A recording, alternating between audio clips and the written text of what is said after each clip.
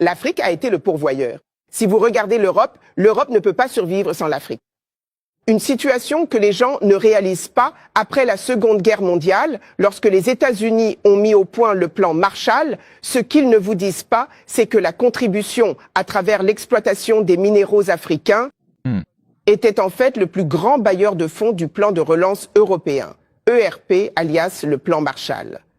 Les États-Unis ont contribué à hauteur de 13 milliards de dollars, soit aujourd'hui 175 milliards de dollars.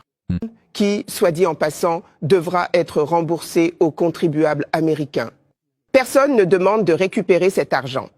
Mais ce qu'ils ne vous disent pas, c'est que l'Afrique, grâce à l'exploitation de ses ressources par les Européens, a en réalité apporté une contribution bien plus importante à la reprise européenne après la Seconde Guerre mondiale. Personne n'en parle. Pourquoi un continent qui a tant contribué à la reconstruction de l'Europe continue-t-il d'être si pauvre ? Soyons réalistes ici. Ne parlons pas de cacahuètes. L'Afrique n'a pas besoin d'aide. Ce dont nous avons besoin, c'est que ceux qui exploitent l'Afrique arrêtent. L'Afrique a tout ce dont elle a besoin. Si l'Afrique a pu contribuer autant à la reconstruction de l'Europe après la Seconde Guerre mondiale, pourquoi l'Afrique n'a-t-elle pas été développée de la même manière ?